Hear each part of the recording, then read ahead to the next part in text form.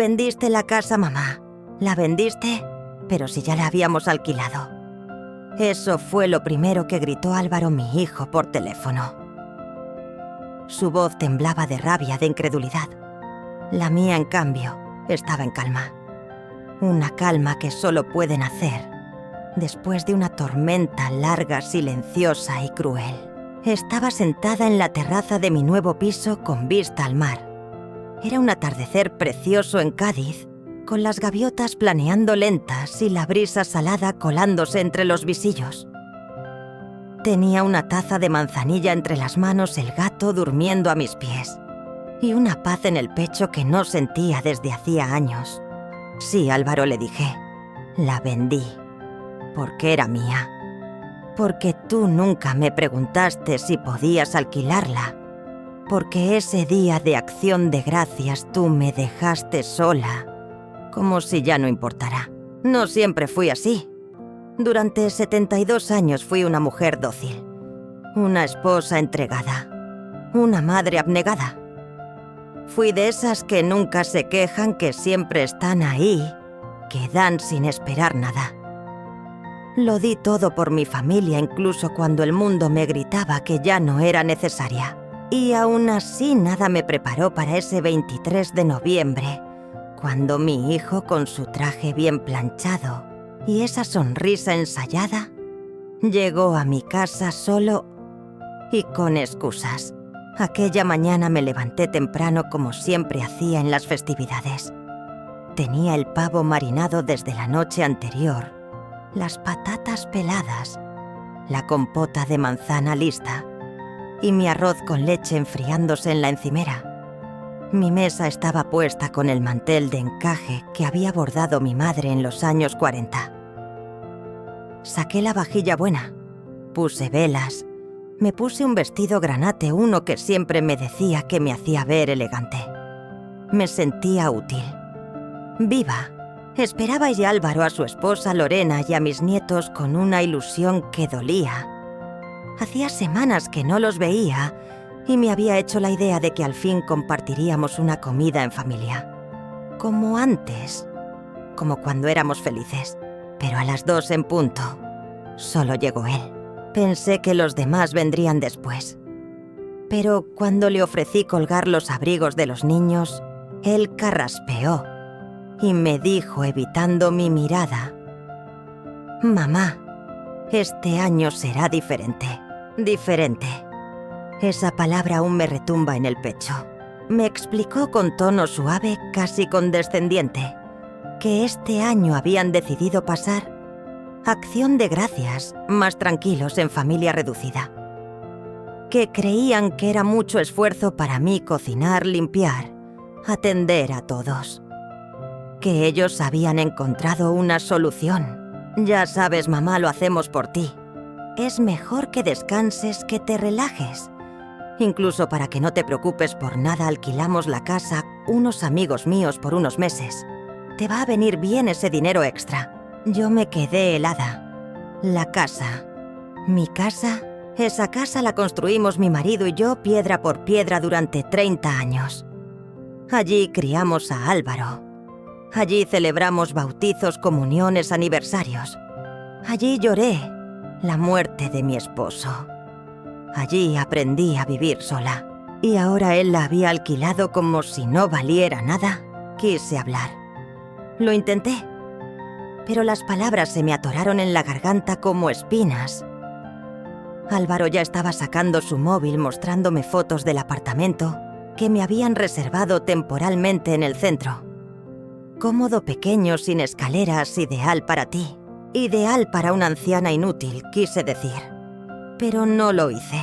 Aquel día, mientras él se iba a almorzar con su familia a un restaurante caro, yo me quedé en casa sola con la mesa puesta, la comida enfriándose y el corazón roto. Me senté frente al pavo, lo miré durante minutos. Luego lo tapé con papel de aluminio, lo metí en la nevera y subí a mi habitación. Cerré la puerta, apagué la luz y lloré como no lloraba desde que enterramos a mi marido. No por la traición, ni por el silencio de Lorena. Ni siquiera por los nietos que no llamaron. Lloré por mí, por la mujer que me había convertido. Invisible, prescindible, objeto de caridad. Pasaron los días. Me mudé al apartamento alquilado como si aceptara su regalo. Fingí sonrisas. Acepté las transferencias mensuales por el alquiler de mi propia casa. Álvaro me llamaba de vez en cuando solo para confirmar que el dinero había llegado o que los inquilinos no causaban molestias. Yo respondía en monosílabos tragándome la indignación, pero por dentro algo se había encendido, un fuego antiguo, un susurro que me decía: no eres una carga, no eres un mueble viejo, eres Eulalia, y nadie más va a decidir por ti. Así que fui al registro de la propiedad. Saqué copias de las escrituras. Me aseguré de que todo seguía a mi nombre. Lo estaba. Luego llamé a un viejo amigo abogado jubilado, compañero de mi esposo en el ejército. Le conté lo que había pasado. Me escuchó en silencio y al final dijo: Eulalia, tú decides. Ellos se pasaron de listos y decidí. No fue una venganza impulsiva. Fue planeada con paciencia, con la misma precisión con la que antes cocinaba mi arroz con leche. Puse la casa en venta de forma discreta. Nada de anuncios. Solo boca a boca a través de una agencia pequeña y de confianza.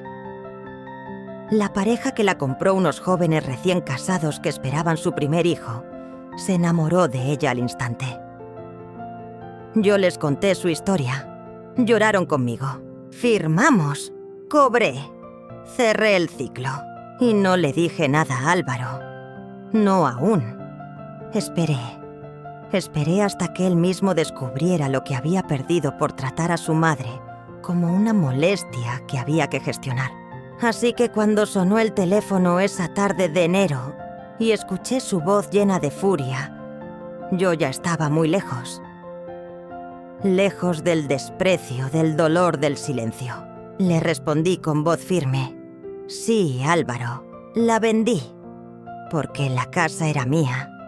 Y tú, hijo, me perdiste antes de perder las llaves. Ese día, el silencio pesaba más que cualquier insulto, más que cualquier grito, cualquier golpe, cualquier desprecio. Porque el abandono, cuando llega disfrazado de cortesía, duele el doble. Y ese día de acción de gracias, lo único que me sirvieron fue soledad. Después de que Álvaro se fue, cerré la puerta con una lentitud absurda, como si la lentitud pudiera alargar una despedida que en realidad era un descarte. Me quedé parada en el recibidor con las manos colgando como dos ramas secas. Escuché el eco de mis propios pasos mientras volvía a la cocina. Y ahí estaban todas las cosas que había preparado: el pavo dorado, las patatas al romero, el flan que hice con las yemas frescas de los huevos que me trajo la vecina del quinto. Todo seguía humeante, todo seguía perfecto, menos yo. Fui a mi habitación, me quité el vestido granate y me puse la bata de lana que usaba cuando mi marido vivía. Me senté en el borde de la cama. No lloré. Aún no. Solo me quedé ahí mirando un punto fijo, sintiendo el hormigueo en los dedos por la rabia contenida. No entendía. O tal vez no quería entender. Mi hijo, el mismo al que amamanté cuando tenía fiebre, el que lloraba por las noches cuando soñaba con monstruos, el que se rompió la pierna jugando fútbol y no quería que nadie más que yo lo llevara al hospital. Ese mismo hijo me acababa de decir sin decirlo que ya no contaba, que yo era una carga, un estorbo. A la hora de la cena encendí las velas igual. No porque esperara que regresaran, sino porque me dolía dejar morir el ritual. Serví un solo plato. Me senté en el extremo de la mesa larga. Corté un trozo de pavo, pero no tenía sabor. Las lágrimas cayeron silenciosas y no supe si eran por lo que estaba comiendo o por lo que me estaban obligando a tragar la evidencia brutal de que mi lugar en su vida había sido degradado. A nada. Luego me levanté y lo guardé todo en recipientes. Cerré bien cada tapa. Llené la nevera como si aún esperara visitas. El acto mecánico de conservar comida que nadie más ibas a comer fue lo más patético y a la vez lo más humano que hice ese día. Esa noche no dormí. Me recosté y cerré los ojos, pero la cabeza me zumbaba. Frases como: balas. Lo hacemos por ti, mamá. Ya hemos alquilado la casa. Te va a venir bien el dinero. Nadie me preguntó. Nadie me pidió permiso. Nadie me consultó si quería alquilar mi casa. Simplemente lo decidieron. Como si yo no existiera. Como si mi vida, mis recuerdos, mis cosas, mi historia fueran prescindibles. Empecé a notar pequeños detalles que antes me negaban a ver. Las llamadas de mi hijo cada vez más breves. Las visitas más espaciadas. Los cumpleaños donde él llegaba tarde o no llegaba. Las excusas de su esposa, Lorena. Es que los niños están ocupados con la escuela, suegra. Y yo siempre entendía, siempre sonreía, siempre decía: no pasa nada, yo estoy bien. Mentía. Al día siguiente hice las maletas. Pocas cosas. Un par de libros, mi cepillo, unas blusas cómodas, las fotos enmarcadas de mi marido y de Álvaro cuando era niño. Dejé todo lo demás, como si dejara de existir dentro de esas paredes. Me fui al piso que ellos habían elegido para mí. Pequeño aséptico con olor a lejía y ventanas que daban a un patio gris. Pasaron semanas. Yo seguía recibiendo mensajes cordiales, transferencias bancarias. Álvaro escribía: todo bien con los inquilinos. Gracias por tu comprensión. Mi comprensión. Qué palabra tan perversa cuando se usa para encubrir una traición. Comencé a tener sueños raros. En algunos volvía a ser joven y corría descalza por la casa. En otros abría la puerta y todos mis muebles se habían esfumado. Solo quedaba el eco de mis pasos. Durante el día salías a caminar. Me sentaba en el banco de una plaza y miraba a la gente pasar. Escuchaba a los niños reír, a las madres gritar sus nombres. A veces una mujer mayor me sonreía. A veces no me miraba nadie. Me volví invisible. Y lo peor es que al principio pensé que era normal, como si fuera el precio de envejecer. Pero entonces algo dentro de mí despertó. Una mañana de diciembre, mientras tomaba café en una cafetería del barrio, escuché a dos mujeres hablar. Una de ellas decía: mi hijo me quiere mandar a una residencia. Dice que ya no puedo estar sola. La otra respondió: a mí me quieren quitar la casa. Dicen que la van a administrar ellos, que es más práctico. Y entonces lo vi claro. No era solo yo. Había una epidemia silenciosa, hijos que olvidan, que minimizan, que se creen con derechos sobre nuestras vidas. Y madres como yo que lo aceptan, que se callan. Pero yo ya no quería callarme. Volví a casa. Abrí una caja que había guardado sin revisar. Dentro estaban las escrituras originales de la vivienda. Revisé todo. Nombre: Eulalia Rodríguez Ruiz. Propietaria única. Ningún poder firmado. Ningún traspaso. Me temblaban las manos. No de miedo, de fuerza. De esa fuerza antigua que uno recupera cuando recuerda quién es. Llamé a Tomás, el abogado amigo de mi marido. Le conté lo sucedido. Escuchó sin interrumpirme. Al final solo dijo: esa casa es tuya y nadie puede hacer nada sin tu autorización. ¿Qué quieres hacer? Y por primera vez en semanas supe exactamente lo que quería. No se trataba de venganza, ni de rabia. Se trataba de justicia, de respeto, de recuperar lo que me arrebataron sin tocarme mi dignidad. Contacté con una inmobiliaria de confianza. No quería escándalos ni pancartas. Solo quería vender en silencio con elegancia. Ellos encontraron una pareja encantadora, María y Rubén. Embarazados de su primer hijo, buscaban un hogar donde empezar una nueva vida. Cuando les mostré la casa, María lloró al ver la mecedora en el salón. Me dijo que le recordaba ser su abuela. Rubén miraba los azulejos de la cocina como si fueran de mármol. Ellos no veían una propiedad, veían un futuro. Y yo vi mi pasado y supe que era hora de soltarlo. Firmamos el contrato un martes. Me ingresaron el dinero ese mismo día. Con parte de él compré un apartamento con vista al mar. No era lujoso, pero tenía algo que ninguna otra propiedad podía ofrecerme: libertad. No dije nada a Álvaro. No tenía por qué. Él no me lo preguntó cuando decidió alquilarla.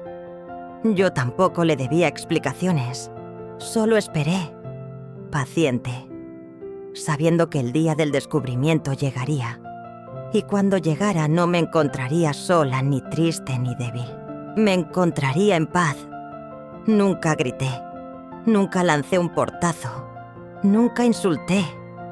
Pero cada paso que di fue un golpe seco sobre el suelo que me devolvieron pisoteado. La venganza para mí no fue un estallido. Fue una sinfonía silenciosa que compuse con precisión, como cuando preparaba mis recetas más difíciles despacio, con paciencia y sin que nadie notara lo que estaba cocinando. Después de firmar la venta de la casa, sentí una mezcla de vacío y alivio. Como si hubiera enterrado una parte de mí misma, pero también como si me hubiese liberado de una cadena invisible. Me costó dormir esa noche. No por culpa.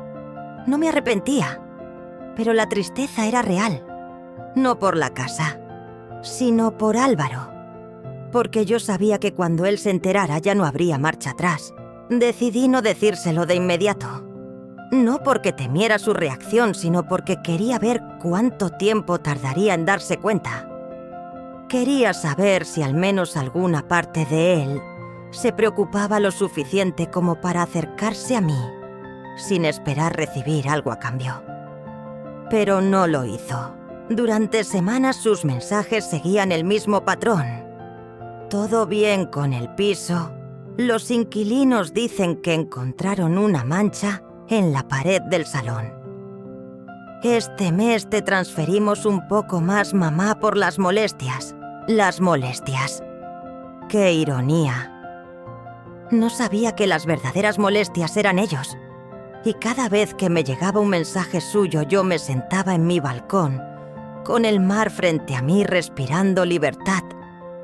Porque aunque el mundo creyera que seguía en ese piso gris, yo ya estaba en otro lugar, en otra vida, en otro estado del alma. Un día recibí una llamada de María, la nueva dueña de mi antigua casa. Me dijo que estaban haciendo reformas suaves y que habían encontrado una caja vieja detrás de un armario empotrado. Señora Eulalia, me dijo con voz suave, tiene fotos antiguas, cartas, un mechón de cabello de bebé.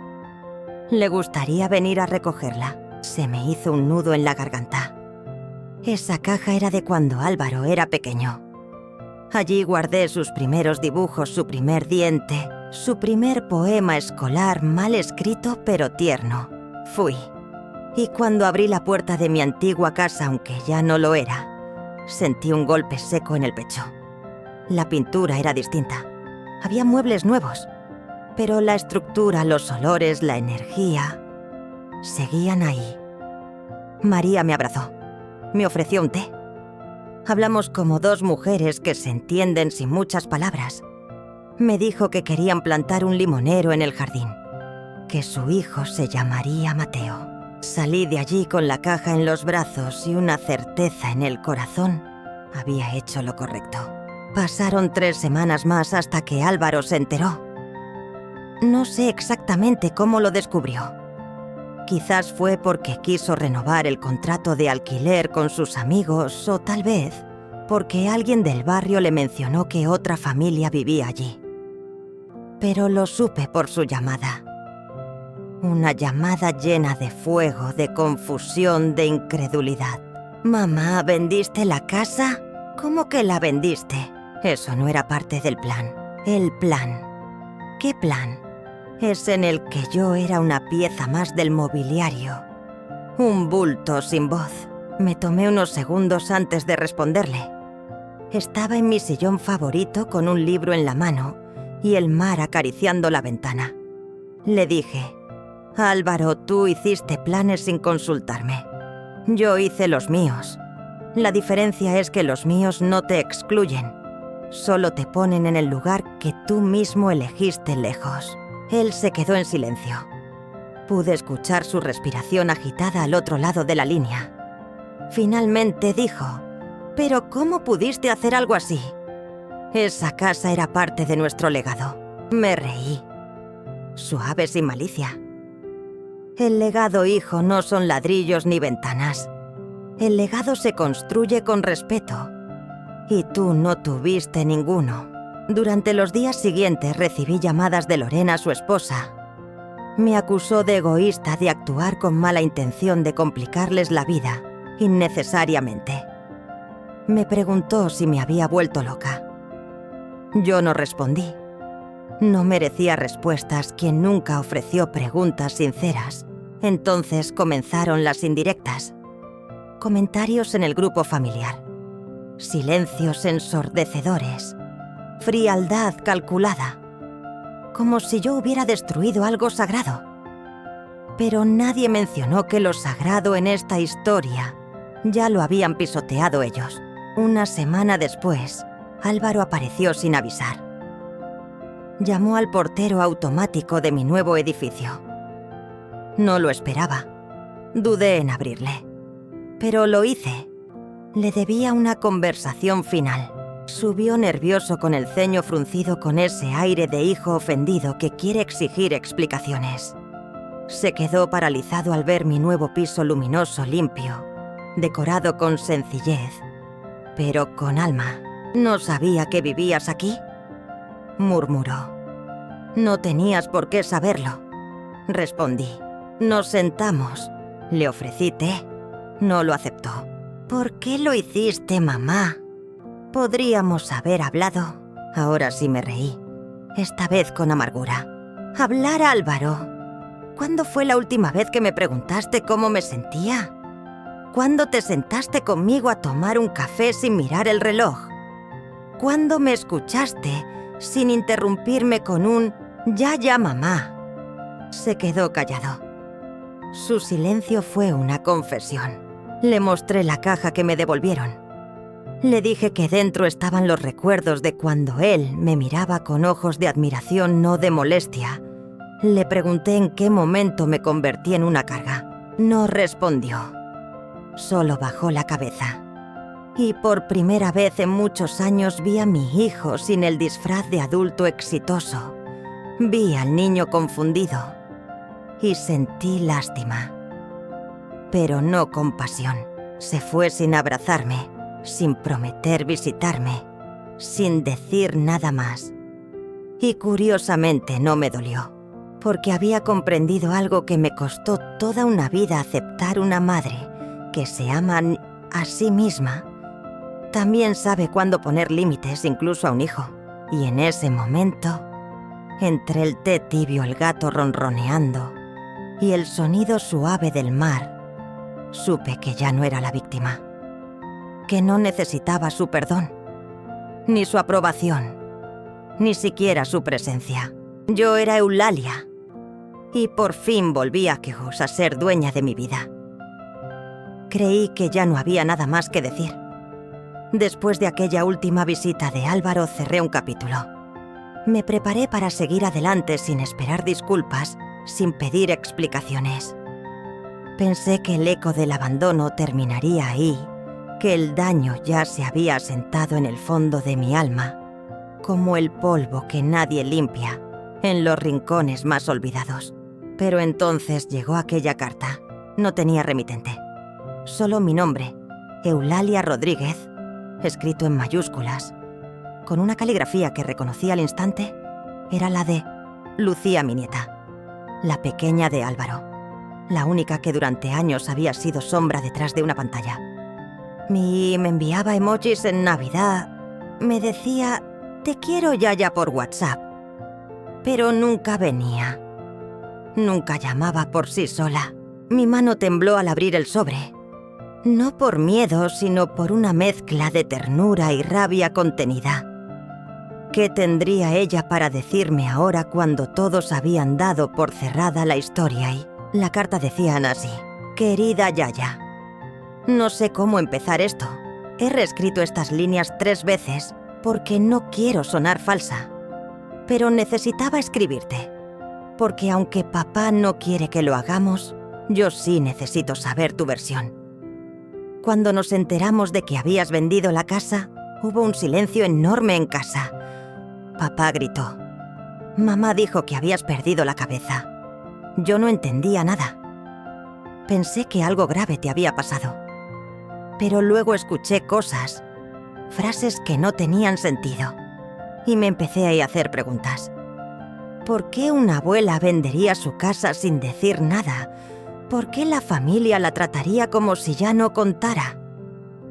Así que fui a ver al portero del antiguo barrio, ese señor con bigote que siempre te saludaba con una reverencia exagerada. Le pregunté por ti. Me dijo que ya no vivías allí, que te habías mudado cerca del mar, que te veía más contenta que nunca. Y entonces lo supe. Lo supe todo sin que nadie me lo dijera. Te fallamos, Yaya. Te hicimos sentir sola, invisible. Yo no participé directamente en esa decisión de alquilar la casa, pero también me quedé callada. También me acomodé en el olvido. Y por eso te escribo. Porque no quiero que pienses que todos nos volvimos iguales. Porque te extraño. Porque te quiero. Porque aún guardo la bufanda que me tejiste cuando tenía 6 años.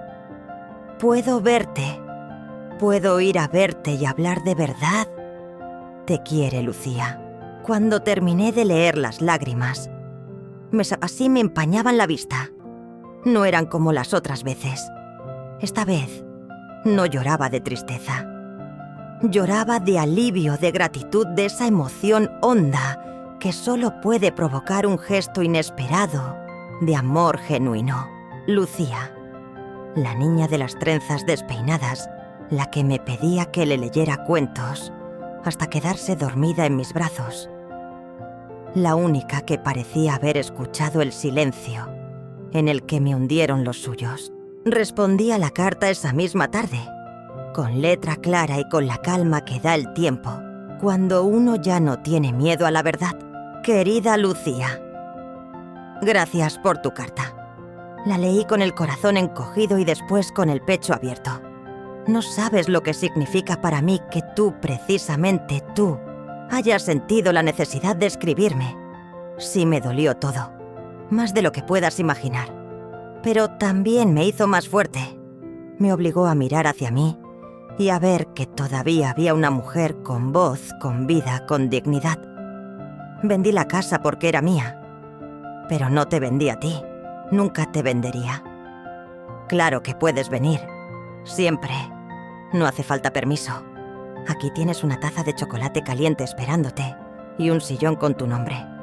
Te quiere, Yaya. Lucía llegó una semana después. Bajó del autobús con una mochila colgada al hombro, el pelo recogido en un moño flojo, y esa mezcla de ternura y nervios que tienen las jóvenes cuando no saben si serán recibidas o no. La abracé sin palabras, sin reproches, sin culpas. Entró en mi piso y se sorprendió de lo sencillo y luminoso que era. Se sentó en la mesa mientras yo le servía bizcocho y té. Me miró con los ojos aguados y dijo: «Pensé que estarías más enfadada». Le respondí: «Ya no me queda espacio para el rencor». Lo llené todo de paz.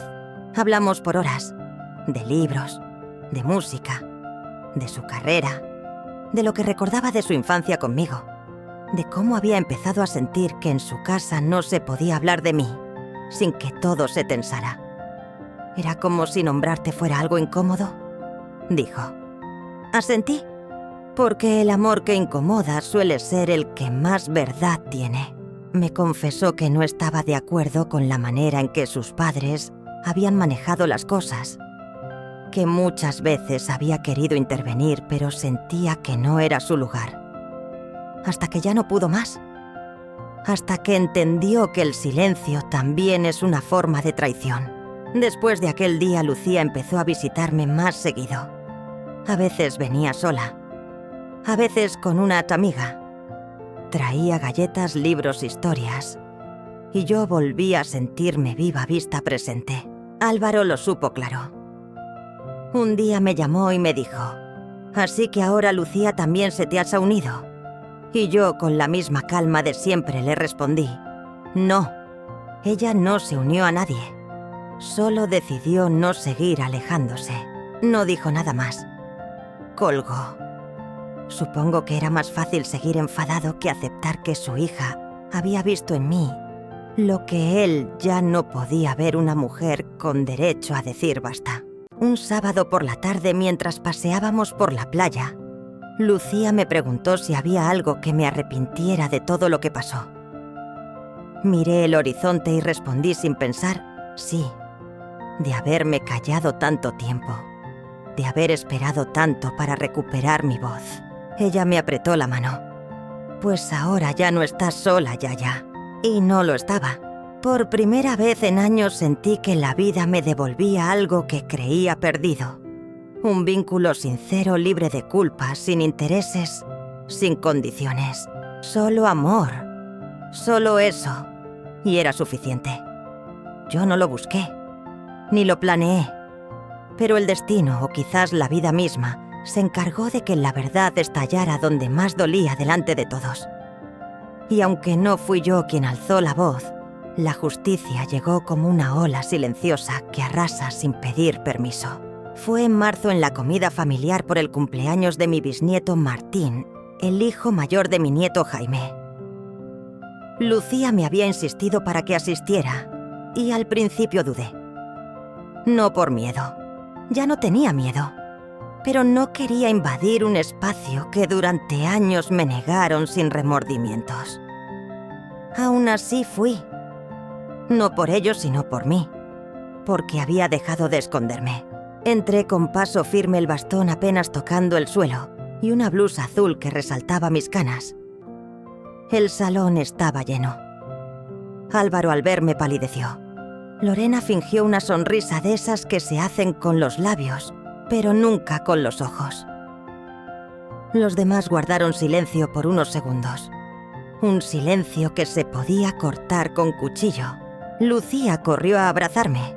Me sentó a su lado como quien protege un tesoro. Su gesto fue el primero de muchos que harían temblar el aire esa tarde. Comimos. Reímos. Me limité a escuchar más que hablar. Observaba cómo el tiempo había pasado para todos, cómo algunos fingían que nada había ocurrido. Pero yo no olvido. El alma puede sanar, sí, pero las cicatrices no desaparecen. Y la mía aún ardía. Fue cuando trajeron el pastel que ocurrió. Un primo de Lucía, ya entrado en copas, preguntó en voz alta, sin filtro: «Ya, Eulalia, ¿es verdad que vendiste la casa a escondidas? Dicen que dejaste a Álvaro sin techo, como en una telenovela». Todos rieron incómodos. Yo no. Solo lo miré a los ojos. No fue a escondidas, querido. Lo hice en silencio, que es distinto. Y Álvaro no se quedó sin techo. Solo sin poder sobre mí. El silencio volvió más espeso. Álvaro se removió en su silla. «Ya está bien, mamá», dijo entre dientes. «No vengas a hacer espectáculo». Y entonces Lucía se levantó. «No es un espectáculo, papá. Es la verdad. Tú tomaste decisiones sobre la vida de la abuela como si no tuviera voz. Como si no importara. Ella no se vengó, se defendió. Porque tú la dejaste sola. En acción de gracias. La dejaste sola con la mesa servida. ¿Te acuerdas?». Vi cómo las palabras de Lucía golpeaban en cada rostro. Nadie dijo nada. Solo se escuchaba el sonido del pastel siendo cortado como si eso pudiera distraernos de la incomodidad. Me levanté. No iba a quedarme callada esta vez. Durante años me tragué los desprecios en silencio. Me volví invisible dentro de mi propia familia. Ustedes me convencieron de que todo lo hacían por mi bien. Pero en realidad lo hacían por conveniencia. Porque era más cómodo tenerme lejos, alquilar mi casa, decidir por mí sin tener que mirarme a los ojos. Pues bien, eso se acabó. «Mamá, basta», gruñó Álvaro. «Esto no es ni el lugar ni el momento». «Claro que lo es», respondí alzando por fin la voz. «Este es el lugar donde alguna vez fui el centro de la familia, donde celebrábamos con amor y no con apariencias. Y este es el momento de decir que no me voy a callar, nunca más». Mi corazón latía con fuerza. Mi voz no temblaba. Por primera vez sentí que todas las versiones rotas de mí, la mujer dócil, la madre sumisa, la abuela silenciada, se unían en una sola Eulalia, la que volvió a ser dueña de su historia. Esa tarde fue el principio del fin para Álvaro. No porque yo lo destruyera, sino porque él mismo se había cavado el hoyo con años de desinterés y control. Lucía me llamó al día siguiente. Me dijo que varios familiares le escribieron en privado para pedir mi número. Querían saber más, pedirme perdón, decirme que no sabían lo que había pasado, que solo escuchaban la versión de Álvaro. Yo no los juzgué. El silencio y la ignorancia a veces caminan de la mano, pero no abrí las puertas de golpe. Aprendí por fin a cuidar mi paz. Con el dinero de la venta de la casa, hice algo más que comprar mi piso cerca del mar. Ayudé a una fundación de mujeres mayores que sufren abandono familiar. Doné sin decir mi nombre, pero un día visité una de sus reuniones. Mujeres como yo, algunas más jóvenes, otras más viejas, todas con historias parecidas, invisibilizadas, usadas apartadas. Les conté la mía, y cuando terminé una de ellas me dijo: «Señora Eulalia, usted no se vengó. Usted enseñó a defenderse con dignidad». Lloramos todas. Hoy, mientras escribo esto sentada en mi escritorio,